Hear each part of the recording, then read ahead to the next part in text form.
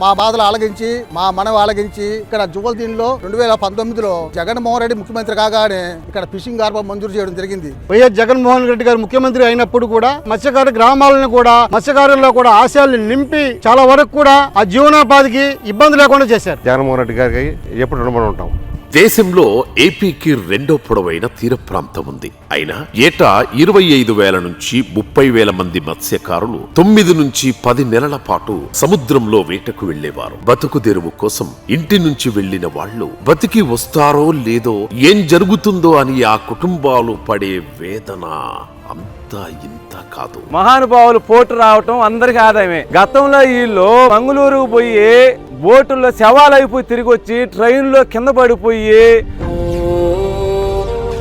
మాకు హార్బర్ వచ్చినప్పటి నుంచి బాగా ఉంది. వలస వెళ్ళే ప్రోగ్రాం లేకుండా ఇంటికాడే జరుగుతూ ఉంది. 3 నెలలకి 4 నెలలకి ఒకసారి వచ్చేవాళ్ళు. అలాంటిది ఇప్పుడు హార్బర్ పడడం వల్ల 10 రోజుల కల్లా మా ఇంటికి వచ్చి ఉంటున్నారు. అది మాకు ఎంతో సంతోషంగా ఉంది.